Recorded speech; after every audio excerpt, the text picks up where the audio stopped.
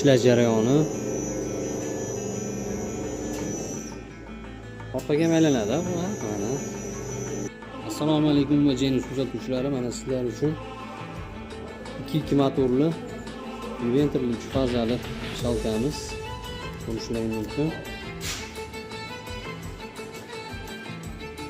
Biz 3 faza degan akalarimiz uchun tayyorladik. Mana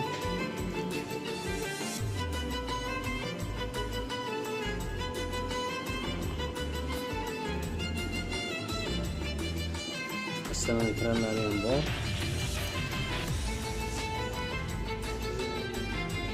Ekranlarni ko'rishingiz mumkin.